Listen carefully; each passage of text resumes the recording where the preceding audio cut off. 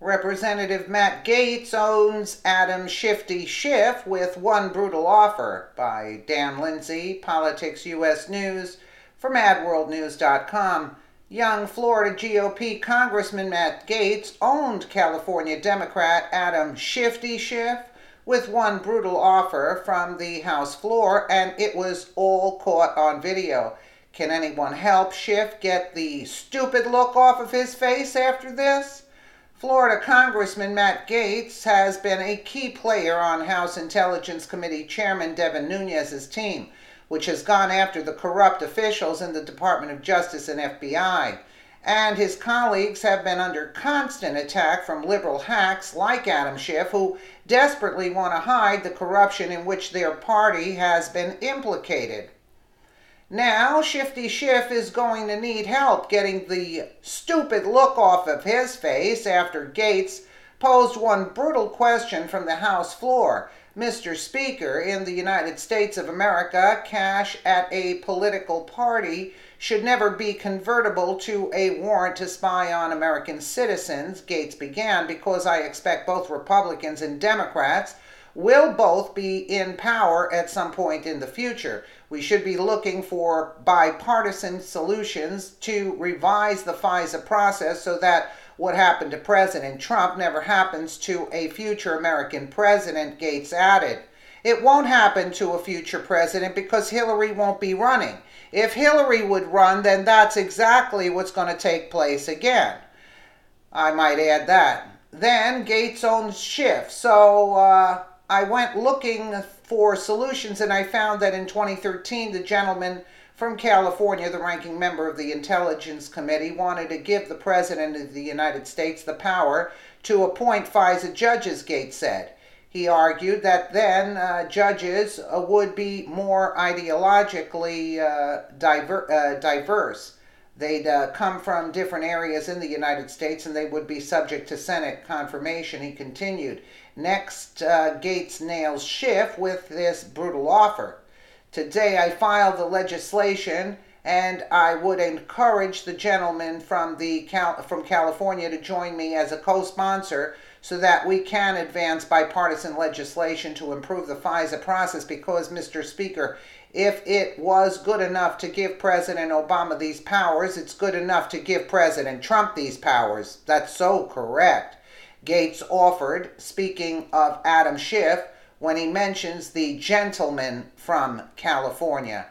I cannot think of a better idea than to give President Donald Trump the power to appoint FISA judges. Representative Matt Gaetz' offer for Adam Schiff to join him in co-sponsoring legislation that he himself proposed only a few years ago is nothing short of brilliant. Schiff couldn't possibly accept an invitation to co-sponsor that bill now that it would pertain to President Trump instead of former President Barack Obama. Yeah, right? He's not going to do that. Gaetz later appeared on Fox News' Tucker Carlson Tonight Show, where Carlson joined him in emphasizing that Schiff authored the same exact bill verbatim in 2013, word for word 5 years ago. Carlson added that apparently this time he's not eager to back his own law. Why is that? Yeah, why is that, Adam?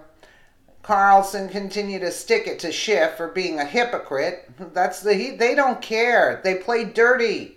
Did his principles change or just his short-term political calculations? Carlson asked. Yeah, his political calculations, but let's just take this look at this video here. The United States of America, cash at a political party should never be convertible to a warrant to spy on American citizens. Because I expect Republicans and Democrats will both be in power at some point in the future, we should be looking for bipartisan solutions to revise the FISA process so that what happened to President Trump never happens to a future American president. So I went looking for solutions, and I found that in 2013, the gentleman from California, the ranking member of the Intelligence Committee, wanted to give the President of the United States the power to appoint FISA judges. He argued that then judges would be more ideologically diverse. They'd come from different areas in the United States, and they would be subject to Senate confirmation. Today, I filed that legislation, and I would encourage the gentleman from California to join me as a co-sponsor so that we can advance bipartisan legislation.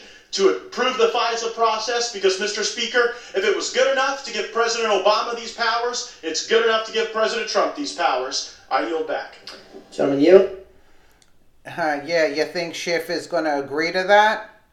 When Carlson asked Gaetz his opinion on why Shiff no longer wants to support his own bill, Gaetz said, "It seems odd, Tucker, that when Barack Obama was president, that the Democrats wanted to give the president more power to work with the Senate to get members of the FISA court that aren't part of the D.C. swamp, but that comes from all over America and has the opportunity to represent the values that Americans hold dear regarding their liberties." Listen, they play dirty. They don't want a bipartisan bill to be signed. They want total power.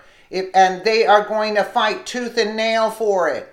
That's bottom line with the Democrats. They are fighting tooth and nail. We'll take a little rest. Republican Congressman Matt Gaetz of Florida has introduced a bill in Congress that would increase oversight of the FISA courts, the courts that allow the government to spy on you, by making judges subject to presidential appointment and Senate confirmation, bringing a little democracy and transparency to the process. Democratic Congressman Adam Shiff of California may find that bill familiar. To his credit, by the way, he introduced the exact same bill verbatim, word for word, 5 years ago. But apparently this time he's not eager to back his own law. Why is that? Did his principles change, or just his short-term political calculations? We've invited Congressman Matt Gaetz to join us, as well as former Hillary Clinton campaign advisor Richard Goodstein. Welcome to you both. To you, Congressman, first. This is word for word the same bill, and tell me if I'm wrong, and the person who wrote the bill is refusing to support it this time, or seems like he won't. Why is that? It seems odd, Tucker, that when Barack Obama was president, Democrats wanted to give the president more power to work with the Senate to get members of the FISA court that aren't part of the D.C. swamp, but that come from all over America and have the opportunity to represent the values that Americans hold dear regarding their liberties. I didn't change one comma in Adam Schiff's bill. I refiled it because I think that Republicans and Democrats are going to be in power in the future, and if there are bipartisan ideas that would have more transparency and more oversight and protect our civil liberties, I think we ought to work together rather than working separately. So did he send you a thankful text when you did that? You know, I asked for him to co-sponsor it, and I just haven't heard back yet, Tucker. It's a strange thing. And you never will. Would you mind calling him? I mean, and by the way, I just want to be totally clear. Good for Adam Schiff, whom I rarely compliment, for introducing this bill in the first place 5 years ago. It seems like a common sense reform of the kind we need. Why wouldn't he support it now? Can I just remind you why he introduced the bill? This was in light of the Edward Snowden leaks, right? There were, thanks to WikiLeaks, who were vilified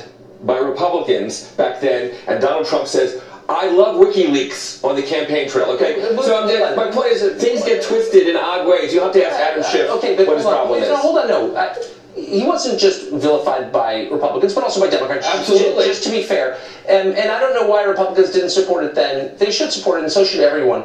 But honestly, how could Adam Schiff, who poses as a man of principle, fail to support his own bill? That doesn't make sense, does it? Again, I think the rules of the Senate have actually changed about confirming judges. So I think you'd have to ask him. I'm not here as a little his defender. Disappointed, though. You'd have to be, right? I think back then he had Ron Wyden and Jeff Merkley and up. Listen, they use it to their benefit. Other than that, look at this idiot saying that Donald Trump said, "I love WikiLeaks." What a crock. What a crock. So Representative Gaetz drove home his point when he added, "I didn't change one comma in Adam Schiff's bill. I refiled it because I think that the Republicans and Democrats are going to be in power in the future. And if these are bipartisan ideas that would have more transparency and more oversight and protect civil liberties, I think we ought to work together instead of working separately." Gaetz, start playing dirty. Everybody start playing dirty because these people don't want a bipartisan agreement. So Matt Gaetz is exactly the kind of new blood we need in Congress. He isn't afraid to follow the facts no matter where they lead or who they incriminate. He reminds me of a younger Trey Gowdy. Well, maybe a younger Trey Gowdy because I'm not all for Trey Gowdy. He talks out of the side of his mouth now. And hopefully he's playing like both sides of the fence, in other words. Well, I get it. And hopefully we'll help fill the void that Gowdy will leave behind when he leaves. In contrast, Adam Schiff is an embarrassment to his constituents, his state, and our country.